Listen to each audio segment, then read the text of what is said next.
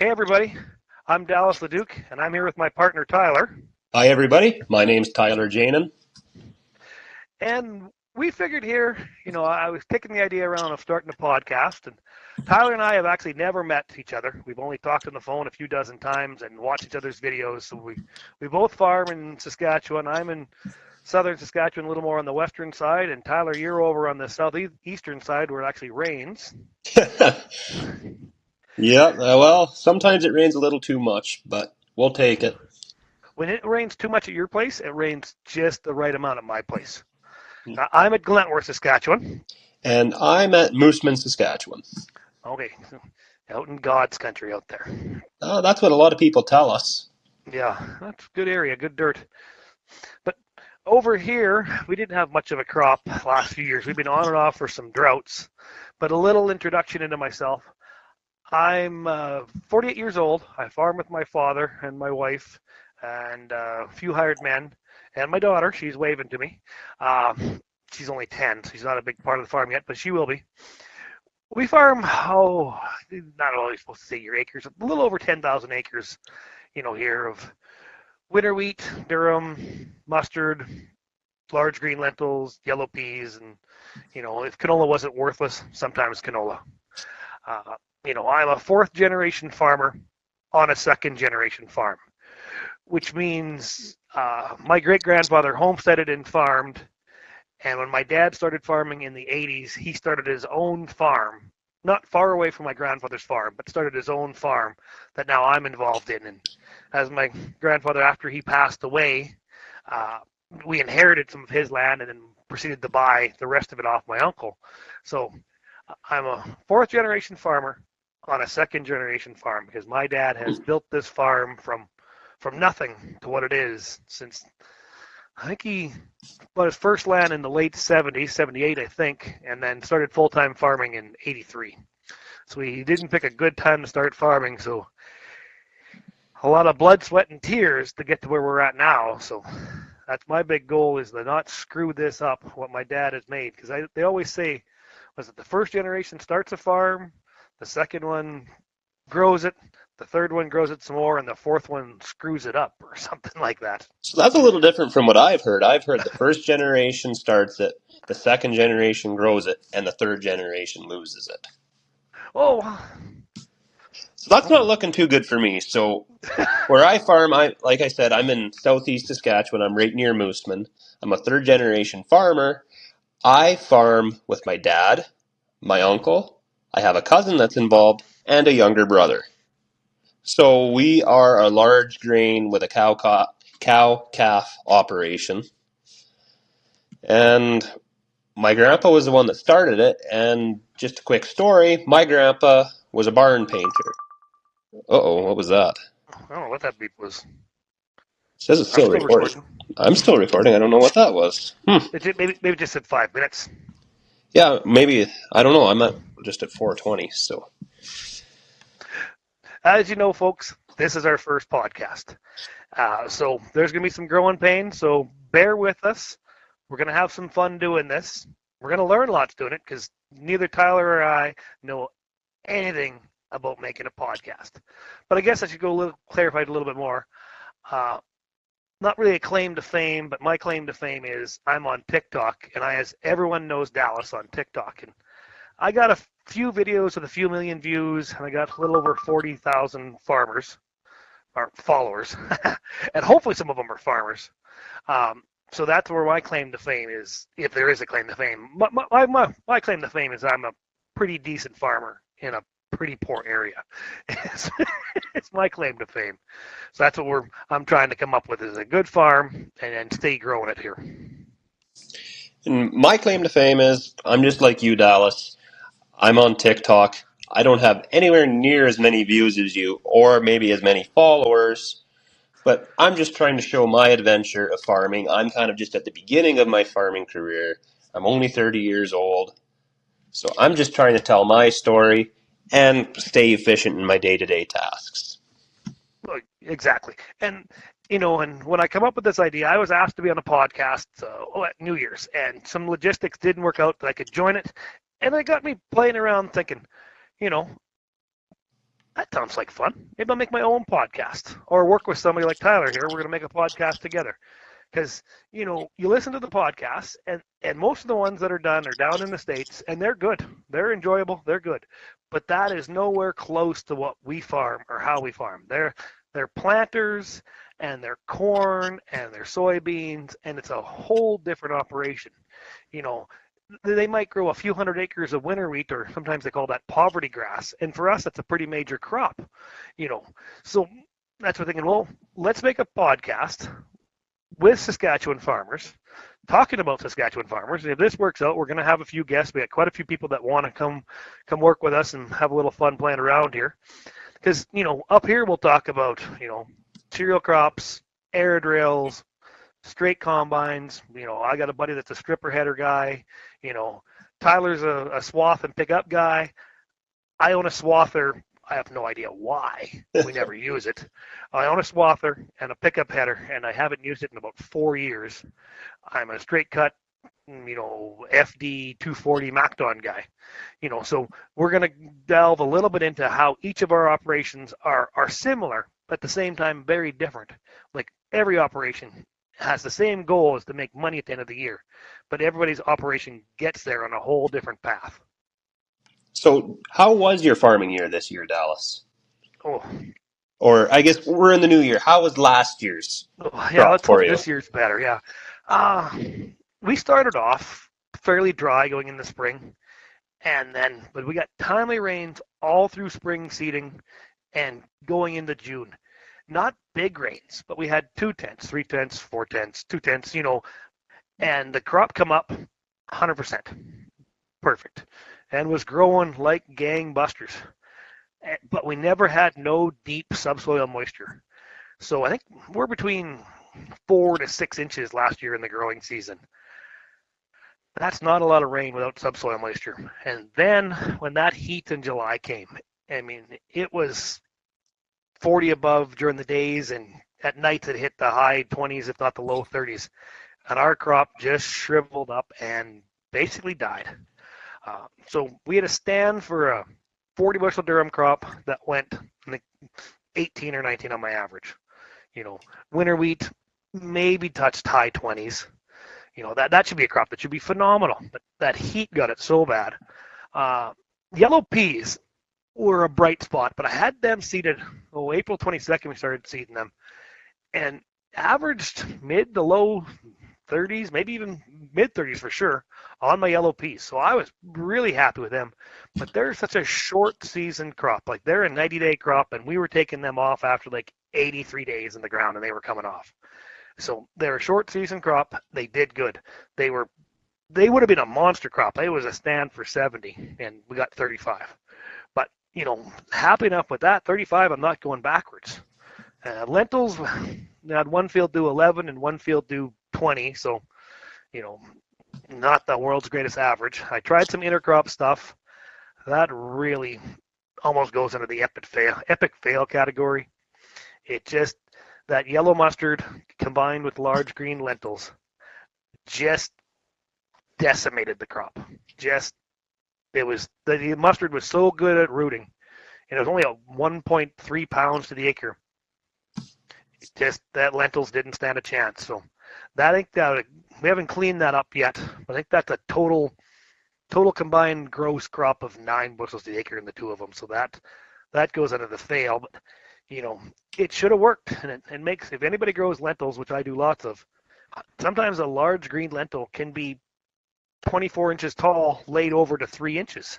They're hard to harvest, but in the intercrop they stand so good.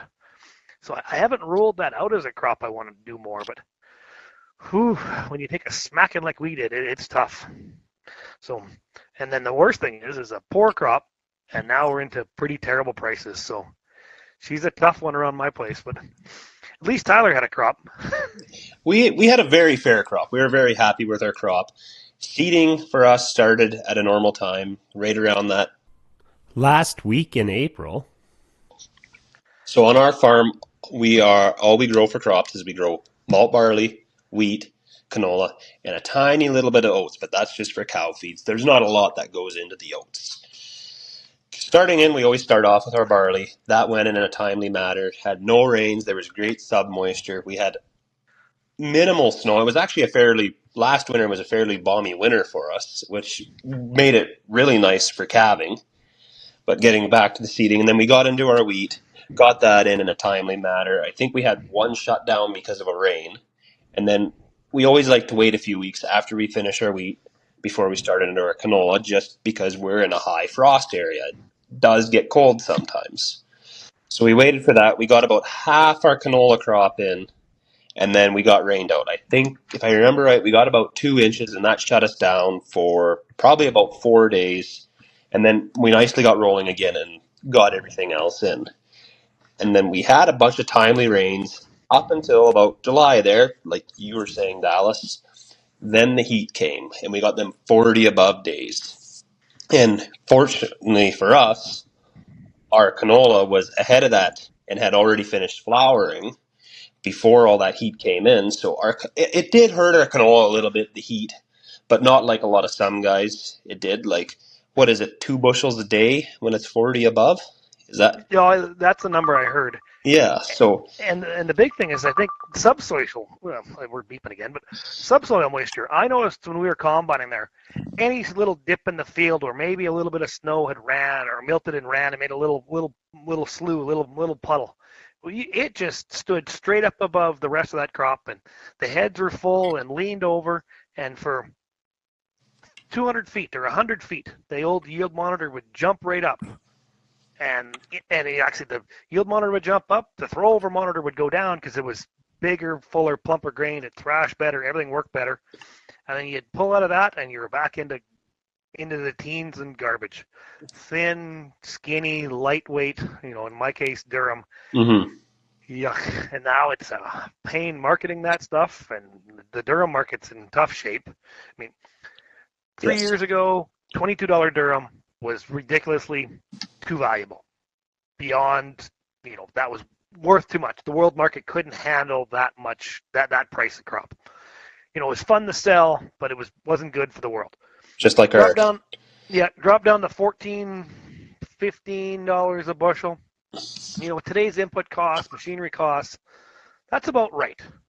And now we went so far the other way to, sub $9 Durham.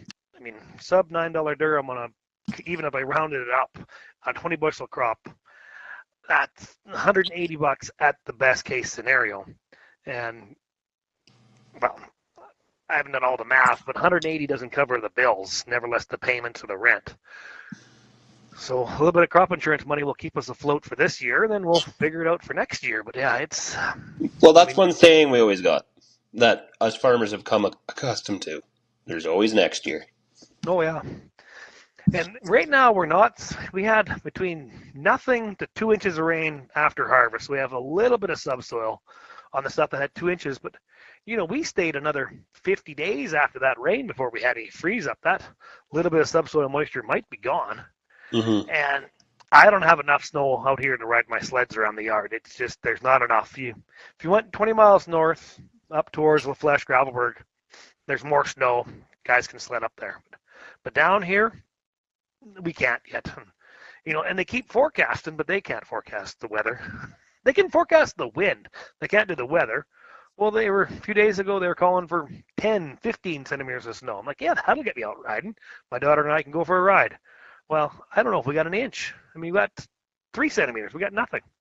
Not enough to make, any good sledding, and not going to be enough to make a runoff. And, I don't have many cows. My dad and my daughter are the ones that play with the cows a little bit. I think we're up to 11 head. Years ago, we did have 160 head, so I know my way around a cow. And I didn't mind them, but they're too much work when we're trying to seed. So we're back up to 11 head, and my dad, he's got a good sense of humor. He calls them his edibles. So we usually end up eating one or two of them. With kids and stuff, and Tyler, you got kids too. Yep. My daughter, she's involved out with the cows. And, when you're young like that, sometimes farm machinery doesn't excite kids. But, them cows excite her. and keep her involved in agriculture. And that's the next thing for me is I have one daughter. We were blessed with just only having the one girl, and to get them involved in agriculture and keeping this farm alive and going forward is a major part. Whether she ever wants to farm or go into cattle or just be a smart businesswoman and manage this operation, from a a business perspective as a landowner and renting it out to the proper and correct renters, she has to have that knowledge that I have to give her, that my dad has to give her, to learn how to manage this, because this is, the days of this being a mom and pop's operation of having 1,200 acres and 55 head of cows are come and gone. I mean, it's a 10,000 plus acre operation with multiple men and machinery and investments that are in the millions. Oh, absolutely. Absolutely. It's unfortunate to see it go that way, because in a way we are losing a lot of our good neighbors. And in some cases our farming practices are getting better, but I also believe with some of these big corporations that are coming in, some of them aren't doing as good of a job either. No, and that's it's a touchy subject, but dealing with some of the uh, non-area ownership, I don't know if that's right, the investment ownership is something I've had a hard time dealing with. And I know guys that farm that land, and I got zero problems with them renting the land. I just don't agree with non-farming entities being able to own massive amounts of farmland as an investment. I have a hard time understanding that, and how that years ago that wasn't even legal, but our government's made it legal, and I've never liked it. As a community person, I know when that land gets sold to an investment group and gets rented out, that rent money that tenant is paying that landlord is gone. It's not staying in your community. Nope, it's going to Calgary. It's going to, in some cases, it's going to other countries. As unfortunate it is, but that's the world we live in, and I don't think there's really anything we can do about it. It's just what agriculture is coming to, unfortunately.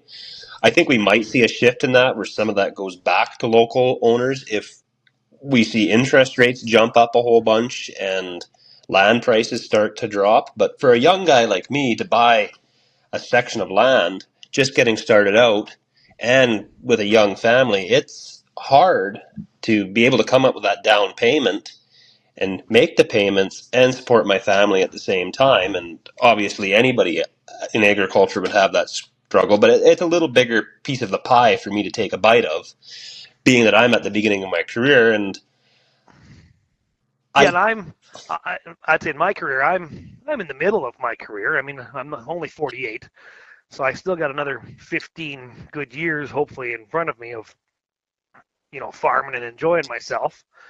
But I mean, you don't remember that, or you do remember it, but it wasn't that many years ago, less than 20 years ago, our land was 50, 60, 70,000 a quarter for fairly decent land. And I don't really think the land value has changed any, unless you're looking at a map. But now that same land sells for 200, 220. You go north of here 20 miles, 400, 600,000 a quarter. So it's just... Well, we don't even want to start talking about what it goes for in that Portage country over by Winnipeg. Well, million More? Million or more, yeah. So I don't know how those guys are doing it out there, but there's got to be something in the water there that we don't know about over here. and you got to be able to make a living and support it. I mean, if you're going to pay for the machinery and the land and the men and the chemical and the inputs, obviously some of them guys I really think are doing it for absolutely nothing. They're probably actually doing it at a loss. It takes that paid for land in my situation to help subsidize some of the newer land that we bought that has a pretty hefty payment. When you break it down to dollars per acre, it's twice what rent is. So it's taken that, say you have bought a section, but you have a neighboring section that you have paid for. Well, it's going to take 2 sections to make the payment on 1 section. And that's the only way I can pencil it out is, okay, if my payment's going to be $150 an acre, I'm just making these numbers up, folks. But if my payment's going to be $150 an acre and land rent is 70, 75, I'm going to need almost as much paid for land to help offset the non-paid for land, and then compare that to my rented land, because it's. But in the fun years when a guy was making money and shipping grain out, and every time a Super B of Durham left the yard, there was going to be a $36,000 check show up in a few days. Those were pretty fun. Those are fun days when those checks come in, but when that grain goes out at the end of the year, in my case, there's a lot of checks that got to go out, and that $36,000, it doesn't go very far. No. It doesn't go far enough at all. It's a tough game, and they say farmers are gamblers, and we are the biggest gamblers of all. When you can go out there and stick a million plus, 2 million, whatever it is, into the ground, just in inputs plus everything else you've invested, just to hope to break even and make a few bucks at the end of the day. In the good years, we were making money. We were upgrading, we were building buildings, we were buying machinery, and now we're at the stage where, the downtrend has come on, and so now it's just, the buy-ins really narrowed up to the essentials and very little upgrading. Now it's just maintenance. Let's just keep what we have and not go backwards. Is my goal right now. And that's the different demographic I'm in. Like you were saying earlier, I'm in some good years right now. We're getting adequate rains and whatnot. And we're still, fortunately, on my farm, we're able to progress forward still. We're buying newer machinery. This year I guess last year now, keep talking like we're in 2024, but we're actually in 2025 now. In 2024, we put up a new workshop for ourselves, and that's not cheap. There's a lot of unexpected costs with that, but we're still moving forward, and it is a lot of my dad and my uncle. They're basically the sole owners of the farm. They got the most invested, obviously, and they're kind of just setting that up to help get the next generation going here, and it is part of it. And the unfortunate thing is, there's not a lot of young people interested in ag anymore. Like I don't even know how to either you grew up in ag or you didn't, and I don't know.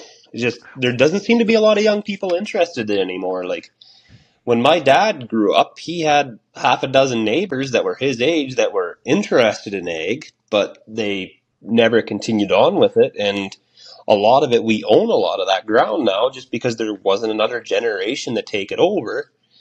And for somebody just to start out in ag from scratch, like have no relatives that own land that can give them a break, I would say it's impossible. Yeah, next to impossible. I mean, what do they say? To make a small fortune farming, you have to start with a large fortune. Because, I mean, it wouldn't be possible. And I mean, it'd be hard to buy, call it 10 acres, and try to somehow capitalize the max amount of dollars you can off of 10 acres and grow that to the size that my dad has grown this operation to. Because, I'm more the face of the farm, but my dad has been the driving force the entire time behind this operation. So he's invested everything. Like Dad says, I don't got any savings. I've invested my entire life into dirt and iron, and that's it. That's the exact same thing with my dad and my uncle. My uncle, he's in his late 60s. My dad's in his mid 60s, and they've put everything they have in it. And just recently, they're kind of starting to wind things down as a younger generation's taking over. And they're actually starting to buy themselves things. Like they were never driving new pickups. They always made sure the wife had a new car for running the kids around, but themselves, they were always driving used pickups, older pickups. But now they're buying themselves new half tons every couple of years. They've started collecting antique tractors. Here a few years ago, my dad just bought himself a 2008 Corvette. Like they're finally starting to enjoy what they work so hard for, fortunately. And I think that's some of the scary parts that some younger generations don't want to get into. You know, the stress of trying to keep a farm alive and, you know, Well, not having a holiday sort it's of thing. that sacrifice, right? Like, and it's tough for me because I got friends who aren't in ag and they work regular jobs and whatnot, and they have toys, they Yep. have campers, they have boats, they go on sled trips, they go on fishing trips up north every summer. Well, I don't do that. The only toy I got, I have it in one of my TikTok videos, is that side by side. Well, to me, that's not a toy. I bought that as a tool for me to use around the farm, and that's what I use it for every day. And I maybe go on one holiday, and I go with my in-laws to a rented house in Arizona for about 5 days, and then Oh I'm yeah. back home on the farm. Yeah. And that's one thing with the non-farm people. Like, you know, they've invested in their education and their career and their pension plans and stuff like that, and that's good for them, great for them, because they can enjoy that stuff as you're going along with time. They're going to have their regular scheduled 3 weeks of holidays or whatever it's going to be, you know, or 4 weeks or 5 weeks, and they're going to have their holiday time and their trips and their stuff. Where I'm hopefully going to be like your dad. When I get into my 60s, then I will have the Corvette will show up and maybe the cabin at the lake. But up until then, it's just a sacrifice that I've chose to make. The only thing I've taken up in the last half a dozen years is a little bit of snowmobiling in the wintertime because there is zero time for a holiday in the summer at my place. You know, we go up to take the camper to the lake, and so my daughter can do swimming lessons and try to spend a few days up there with them. But the problem is the lake's not far enough away from the farm, so I end up making my way back to the farm almost every day, and always got something to do. Yep. But the wintertime, I got one snowmobile trip planned. We're going up to the Hudson Bay area for a week, but that's a winter thing. I mean, I can get off the farm in the wintertime. There's a bit of free time there. Yeah, But you're fortunate enough you only have 11 head of cattle. well, that's yeah. But then it comes spring, she's pedal to the metal. She's seeding and spraying, and then she's spraying, and then she's more spraying, and then you park the sprayer, and then you're gonna start the combine, and you're gonna fire the sprayer back up. So we're gonna be nonstop when we start in the middle of April. She's pedal down with exception to just a half a dozen days in July, all the way to the end of harvest. And then you get a bit of a break then, but even then the fall work is massive. You know, when there's always a rock pile or a fence line or something you want to pick up and clean up, or Yep. Oh, there's always something. In our case, there's, like you said, there's always a rock pile or a fence line. Well, we have about 350 head of cattle. Well, there's always a fence line somewhere that needs to be replaced. Well, when you go in to do that fence line, well, we better take the cat over and push it off because trees are just a nuisance in a fence line. Well, we better like smooth out the ground, make it all gradual so it's not all dips and dives because it's easier to put the fence in, and then the fence always keeps nicer.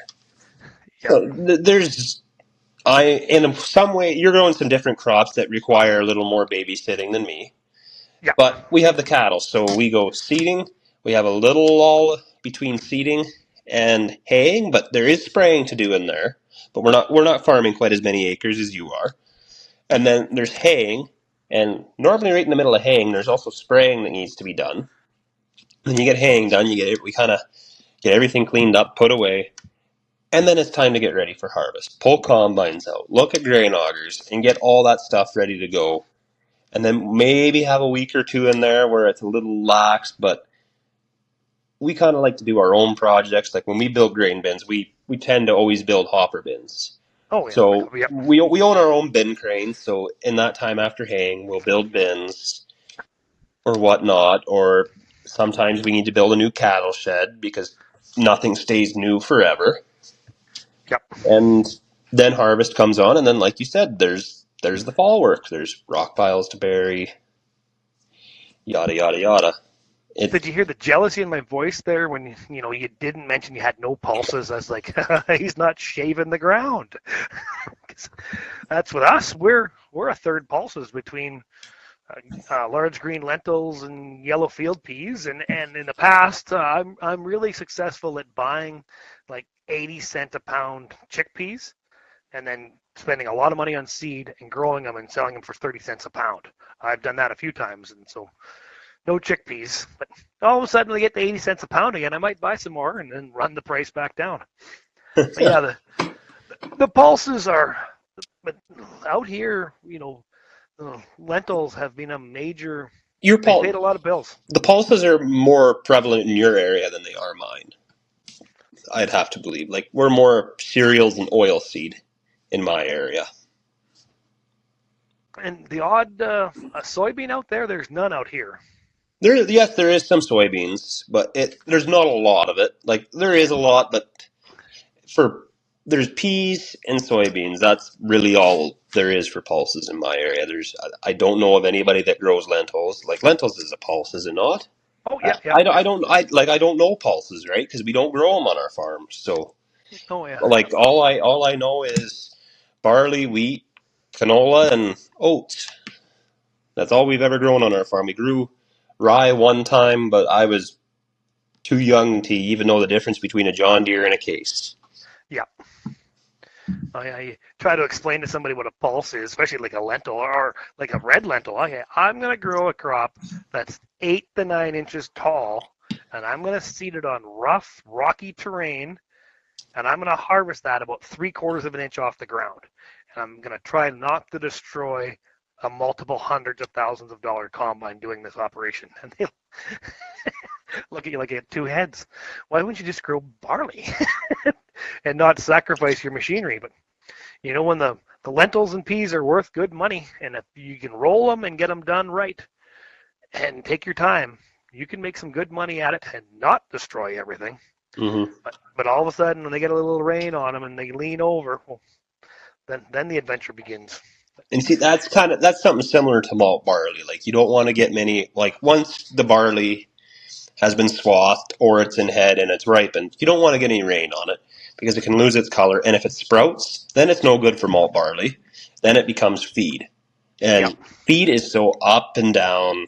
You could make a lot of money on feed, or you could lose a lot of money on feed. Yeah. Yeah, Dad used to grow some malt barley. Oh, into the early 2000s, we grew malt, and sometimes that was the wheat board days and stuff. And malt, we'd have it off fairly early, and it had good movement. But all of a sudden, we were raising up, fertilizer rates, and got into some dry years. Well, the malt barley wasn't malt; it was feed. It was too light and too burned up, Mm-hmm. and it was selling for half the price of what durum was. And we were almost getting more yield in the durum, so we just basically dropped barley right out of our operation years ago, and really haven't missed it. For anybody that doesn't know, barley is a very itchy crop.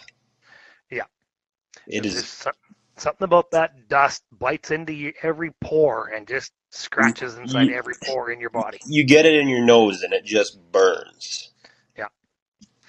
Another itchy one is canary seed, which I've never played with. I've seen it lots, but I've never played with canary seed. Canary seed looks like a cereal crop. I think it's an oil seed, but yeah, I've never. But I guess that's one of the most itchiest crops on the planet. So, Well, lentils are a little itchy on the itchy side, are they not? well, the dust would be, but the lentils themselves, they're just like a little UFO saucer. They're just kind of round and flat at the same time. Little oval shape, just a little dome shape. I mean, Mm-hmm. yeah, but They're very dirty to harvest, are they not? Well, yeah, because you're on the ground, so any dust that's blowing by or in the field, or if they've had a wet year, they can get quite a bit of mold on them and stuff, and then you end up with a moldy, yeah. The stems are moldy and the dust will be moldy, and then you'll be combining in a cloud. So you got to have just the right conditions for everything. Mm-hmm. Although that, when you say you're just like in a cloud, that reminds me, because on our farm we swath every acre, including the canola. We don't do any straight cutting. It's just some older farming practices that my dad and uncle are stuck in, and it works for us. So there's no use in complaining about it till I'm blue in the face. But on canola, when it's in a swath and it gets rained on, it does. They say it doesn't, but I believe it does. It loses a little bit of bushel weight, and it just turns everything black. Yeah. Like you'll be combining along and you won't even be able to see the header in front of you. Yeah, it just starts to break down. Like it just, the material, the stock or whatever, I think it's starting to break down. We'd canola swathed a few times over the years, and on the good wetter years, we grew, for my area, 40, 50 bushel canola quite a few years in a row. Mm-hmm. Of course, those are the years in the early 2000s when canola was 5.50 a bushel. So, you know, grew a decent enough crop and then didn't have a price. Well, we don't even have And a price right now. no, but there, some of it was touching. Was it 13.50? They're saying it last Friday there a few places. So, but no, canola should basically, even in this part of the dry country, it needs to be $20. Yeah. The inputs in the canola, the fertilizer usage, it needs to be $20. Or are we not $900 for a 50-pound bag now? Oh yeah, yep. And that's and that's another thing is we'll get into later on is equipment. I run Vatterstads, so I can with the independent shanks, I can cut my seed right back, so I can stretch that $900 bag instead of doing 10 acres. I might be able to stretch that to 10 or 12. But then you get guys, in more your area, but a few around here, more all the time, getting older planters with the canola discs, and they're down in the 2-pound range and being able to grow a crop. So you have to stretch that bag as far as you can. So with the air drills versus the planter there, it was one thing, we looked into it here, but we were told we have a little bit too much stone for it. But they were saying with the air drill, you have 80% seed crack with canola. And they claim that's why guys that do it with planters can stretch that out so far. Whether that's true or not, I've never actually got to do a test on it. Here a few years ago, we were going to demo a Vatterstadt planter, and I think that was in 2020, and that was a very wet spring for us, and everything was late. So it never ended up coming to be, and then we never heard anything more about it, and life goes on. But Yeah. someday I would like to try a canola planter and test it against my air drill and see, because when you look at the cost of that, for what I'm going to save in seed over a few years, I could almost pay for that planter. Oh yes. Pay for the planter and also not have to put that wear and tear on your air drill. Well, But I don't know how the planter would do for fertilizer, and again, that's out of my realm of talking completely. But yeah, but if you can cut your seed rate in half and have, your 3 to 6 plant stand per foot or whatever the number you're targeting, that's where the planter with that disc is just it rolls out. The little meter wheel grabs it, it rolls out, goes down the tube into the ground. They're next to exactly spaced if they're done right. mm-hmm. Well, not only that, you can use, instead of, for easy figures, you can use a 300 horsepower four-wheel drive tractor or front wheel assist versus what most guys are pulling air drills with now, 500 horsepower plus four-wheel drive tractor. So not only have you saved that, but you got a cheaper tractor you're running, less fuel. Less fuel. And if you had the manpower to split up your operation to do that, you could also get your seeding in more timely. And in my part of the world, pretty well, you want to be aimed to be done by the middle of May. For the way the climate and then the weather patterns have come, it seems like you got to get it in to beat that heat. Because that's what Dad and I were talking about the other day. He said, I remember it in the 80s. He said, you'd hit 30 for a couple of days and go, whew, that's hot. And now we're hitting 40 for multiple days, and that's way too hot. He said, now we get down to a day it's 30, so it's not that bad. So, that's the time factor is the big thing, is getting it in, getting it done. That's why we went to the second air drill a couple of years ago. The farm was growing in size, and the first drill was getting to be pushing. We were pushing over 10,000 acres through one drill. It really had to perform. And then one breakdown with a tractor, an idler wheel, or anything, and your whole operation stops. But at least with two of them, one can go down for a day or whatever, and the other one stays cooking along 300-400 acres a day. And then when they're both going, we've never done it. I've always wanted to try to do that 1,000 acres in a day. We've never done it. We never have. But in theory, I can do it. We just Hmm. never done it. But someday. But yeah, we run. Was it a 2021 80-foot Vaterstad with a 980 tank, and then the new one is a 2024 60-foot Vaterstad with a 680 tow between tank. I have some land that's a little harder logistic wise to get to. So there's down a trail and I'm like across a valley, and that narrow fold 60-foot and that tow between is a smaller unit. It's not as long, nor nearly as wide, or nearly as heavy. So when it comes to crossing the river or getting down that dirt trail to farm some out of the way fields, that's where that little drill shines. And then this part of the world has a lot of water runs. So it doesn't matter what size a drill is double seating a water run, whether it's an 80-foot or a 60-foot, it's still double seating a water run. So, we pull into a field with the two drills, and the big one starts going back and forth, and the little one basically just goes hunting, pecks water runs for a little while, and then the big drill can stay running steady.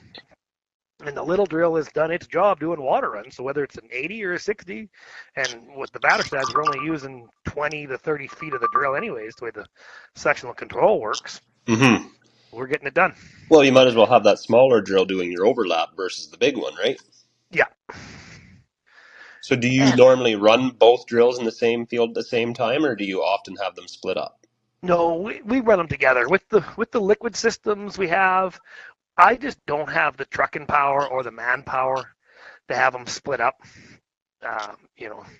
If I had, that need almost twice as many trucks to haul, seed and fertilizer and liquid fertilizer to them, and then at the same time I'd be trying to get that spraying ahead of two different outfits, and usually they'd be doing different crops. It just logistically running them together isn't the most efficient, but I think it's more efficient than having them apart. Yeah, I would have to think so. We do the same thing. Our drills, they run in the same field. If not, they're across the road from one another. And generally, when they're split up, one's just finishing up and the other guy's starting the next field. Yeah, we're So, the same way that way.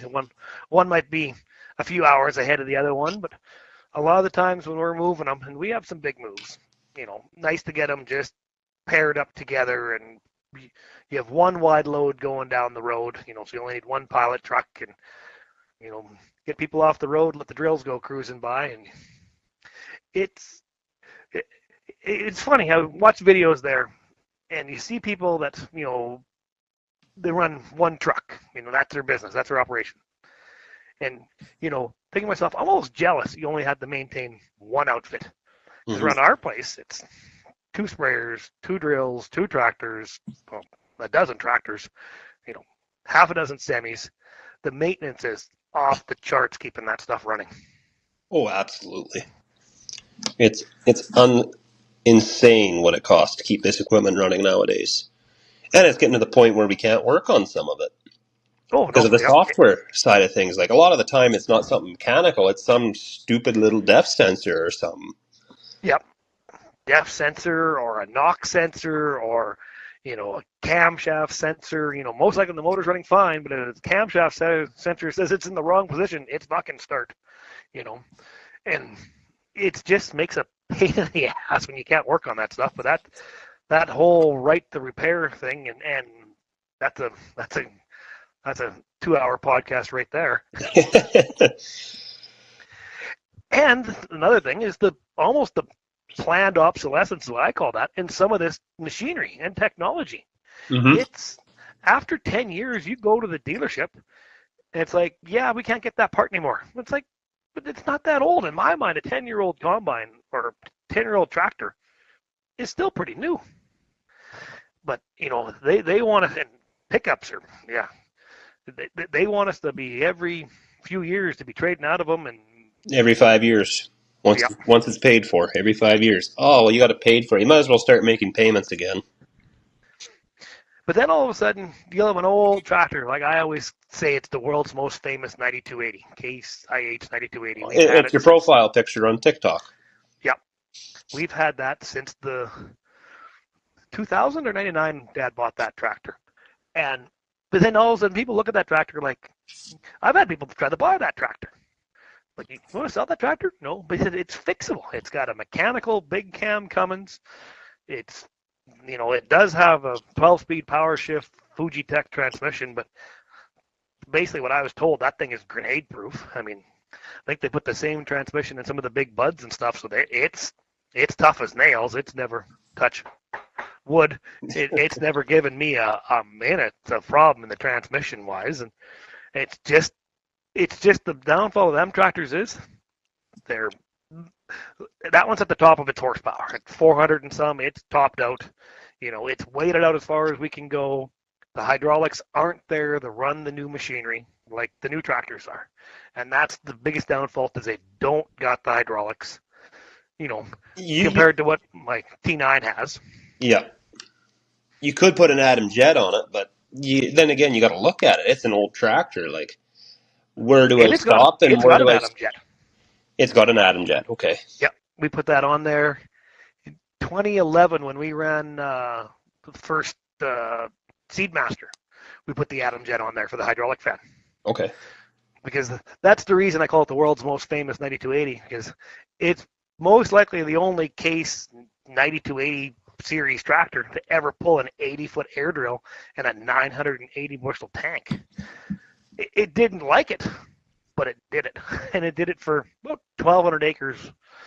Bit of a prelude. We lost a motor and a tractor on like the day 2 of seeding a few years ago. You have a video about that on your TikTok, actually. I do. They're going to have to go back and find that one for themselves. Yeah, they find that one for themselves, and then in a scramble, because there's no way of getting a motor in that tractor during spring seeding, it took us, the motor change in that tractor took to the next spring pretty well before it was done. So in a scramble, of course, it was right during the peak of COVID, when tractors were made of unobtainium, had to go find a 600 plus horsepower high hydraulic tractor.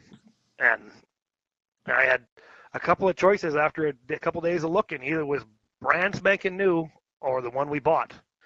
So that's how we got that T9 700. And so far, with the exception of some issues that we've been learning, that's a damn good tractor. They pull hard and it hooks up hard. It's a little bit rough in certain field conditions, and some spots it's smoother, and the next spot I find it rougher. So it's each to their own and their preferences. But I mean, lots of people make fun of that tractor on TikTok and stuff. And my choices was a brand new Versatile, which would have been a great tractor, but it was brand new Quad Track Versatile or Delta Track. That was 600 and some grand. Mm-hmm. Or this used one, which was 300 and some grand. Well, it was almost half the price. And when you didn't plan on budgeting to buy a tractor on the day 3 of seeding, we took the cheaper tractor. I would have done the same thing. Honestly, like that sucks. And we recently bought a new 4-wheel drive tractor, and we kept the old one back because we bought it in COVID times for that exact reason. If we popped a motor in one or had one burn up for whatever reason, because on our farm we need 2 drill tractors. Yep. None of the other tractors we have could really handle what we needed to do. We have one. It's a T9 435. It would do it, but it would be pushing it beyond its limit. It would just be too much for it with the toolbar, the air cart, and the liquid caddy behind it. Yeah, because that's only, 10-point-some liter motor in that one? You know what? I'd have to look that up to be certain. Yeah. We had a T9 390 a few years ago, which is a little smaller version of that one. And excellent grain cart tractor, except ours didn't have a PTO. And that was the only reason that we don't have that tractor anymore, is it didn't have a PTO, because that was a real good tractor. Yours got a PTO? Yes, it does. Yeah, we use it on our grain cart. And we have 2 of them 34M Degelman manure spreaders. So it pulls one of them as well. So our smaller 4-wheel drives that we buy under that 450 horse, we always spec them with a PTO. Just for that reason, because we have 2 grain carts. We regularly only use one And it's just handy to have a PTO in them small four-wheel drives. If it wasn't such an expensive option to put in, I'd put it in everyone. Because generally when we buy a four-wheel drive tractor, we always order a new one because on our big four-wheel drives, we run triples. Yep. A lot of people ask us, why do you run the triples? Like, why don't you get a quad track? Well, a quad track, new, just to go to that quad track option. Now I've heard lately it's over $100,000. Well, now I have three. Before we had two big 500 plus horsepower tractors. Well, at $100,000 a piece, that's $200,000. Well, I Yep. always like to try and keep a fairly new tour tractor around. Well, $200,000, that goes a long ways towards that 180 horsepower tour tractor. Yeah. So, And you don't run a lot of big hills, do you? in our area, we have some. There's nothing on my farm compared to what you have. Yeah. It's just we had triples kind of just as tracks were coming in, and we like them. Like you go to them big duels, and you can get that road loading. You don't seem to get that with the triples, and we actually find we get just as much traction with the triples as you would with them big metric duels. Yep.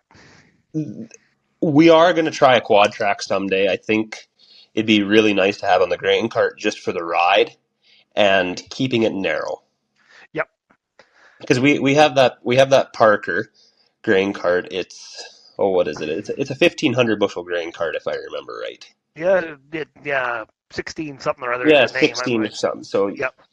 that T9 435, it handles it fine. When you got an experienced guy in the seat that knows what weight is and knows how to run a grain cart and kind of knows the lay of the land here. Yeah. To put a rookie in that's never ran anything like that, it's not the right tractor. There wouldn't be brakes left in it. Like my brother, he generally runs the grain cart and he'll start out in low gear on the top of some of our hills, and by the time he reaches the bottom, he's in about 14th or 15th gear, just riding it out. So Yep. Well, there's a lot of weight back there. It's like, if anybody's watched my videos, you'll see that I run them big Mandanko rollers behind my 9280, the triple tractor there. Well, when the roller outweighs the tractor by 20, 30,000 pounds, you better have somebody that knows what they're doing sitting in that seat, because to go down some of these hills, and the Mandanko guys were out here and they couldn't believe it, that the hills. And I grabbed the old phone and actually downloaded the app right when they're there. Like, how steep is this? I don't know. So I put the app on my phone, 21 degrees. And I said, this isn't our steepest hill, but it's just where we were. mm-hmm. So, and a lot of as soon as you get past that 20-degree mark, you spray down it, you seed down it, and you combine up it. Yeah. This is how that works. And you have to roll down it, but you get to the top of the hill, and we found out, get to the top of the hill, you come right down to first gear at a dead idle, and you keep it at that idle, all the way to the bottom at a mile an hour, less than a mile an hour. Or else, as soon as you get going any faster than that, then that land roller, it's in control. It's going to shove you around. It's showing that tractor who's boss. Yeah, but if you stay at an idle, you're in control. Yeah. Oh, it's just like driving a semi in the mountains. You don't want to go up a hill any faster than you want to go down it. You start out in low gear at the top. Yep. That's another conversation. Trucks. Oh boy. Oh boy. We got a lot to talk about here, folks. I got a buddy of mine, a YouTube guy out of state, Tony Fast. He always says trucks are dumb because they are so freaking expensive. If you have a lot of semis around the place and you have an income tax problem, take a look at your semi. I guarantee there's something needs to be fixed. Yep. They're broke down. You just don't want to know what it is yet. But there's going to be a tire, an airbag, a brake, a line, a hose, injectors, a turbo, a rod. I could just. When I went away to get my 1A, I took a week course before all this month-long thing came in. I got my 1A in 2014. And one of the instructors was an ex-DOT, and he told me, he said, whether it's a 1-day-old truck or a 10-year-old truck, I can find something wrong with it. It rolls off that factory floor. I can find something wrong with it if I look hard enough. Yep. And the shop rates on trucks are just outrageous. But we should maybe leave this conversation for another Oh yeah, episode. yeah. We're at an hour here already, so Oh yeah, well, we'll get close to an hour. Yep. So that's going to be our introduction to you folks. We're just a couple of farmers. We're both in Saskatchewan. We both work hard. We're both on multi-generation farms. We're both trying to do the best damn job that we can do with what we have. And our experiences, are going to be what they are, and we're just going to talk about how we've done things. We're going to get a few guests on that have their own way of doing things. And, we're going to talk to people. We're going to check out how they've done things, how they're doing things, because I'm not done learning. I'm going to keep learning till I'm no longer on the dirt, on the top side of the dirt, I guess, because there's a lot to be learned. And agriculture, as in everything else, is constantly changing. The weather patterns have changed, agriculture has changed, machinery has changed, technology has changed. Even one little story here. My grandfather, God bless his soul, was retired from farming, and then at that time, Dad and I were renting the entire farm off of him. And he come out there and he rode in the world's most famous 9280, and I was seeding. We had the Seed Hawk back then, 48-foot Seed Hawk, and had the auto steer going on. That was the old Trimble with the can opener on the steering wheel, seeding away there. And he just was blown away. He's like, the stars are driving the tractor. Well, yeah, basically, the satellites are positioning it. And he understood, but he's like, just like saying, the stars are steering the tractor, because he was born in the 20s, grew up during the Depression, lived in the dirt bowls and through World War II and all that stuff. He didn't go to war. He stayed behind, had a wife and young family at that time, but he put every extra dollar they had into war bonds, trying to keep the war effort going. So but he was blown away by the technology of how the stars are steering the tractor. his technology was a fence post half mile away. Yeah, I remember as a kid learning how to drive a tractor, and you'd pick something out there, and I'm going to aim towards that mark over there. Well, damn it, it was a car. And boy, was I crooked until I got into the field. So what are we going to call this podcast, Dallas? Did we talk about that? I think we kind of got off track there right at the beginning. We got off track a little bit there, and we've kicked a couple of names around. But I think we'll go with it, the Bunny Hug Farmers. And if you're from Saskatchewan, you know what we're talking about. And if you're not, ask me, and I'll tell you why. But the Bunny Hug Farmers, it's unique to Saskatchewan, and it's unique to us, and it's only in Saskatchewan. So I think that's what we're going to be called. So I don't know, it'll be a BH on our decal or a logo or what we're going to do, but we're going to do something. But I think it's the Bunny Hug Farmers. It sounds goofy, and that's because I am. It makes for a good chuckle. Make for a good chuckle. And that's what we're here for. We're here to stay positive on this. We're going to do our best to always stay positive and stay informative and try to stay entertaining. And, I do TikTok for nothing. I do it for the fun of making a video. And the same with this. I don't plan on making any money off this. If I did make a buck or two off it, I'd just end up probably buying another snowmobile. But this is just for a hobby, just for fun, and if I offend anybody, I didn't mean to, but it is just going to be what it is sometimes. But we're just doing this just to have some fun, play around, support agriculture, show off the agriculture in Saskatchewan of what we can do here, and we're going to go from there. Yep, this has been Dallas and Tyler. We're the Bunny Hug Farmers. Thanks, Tyler. Talk to you later. Thank you. Bye.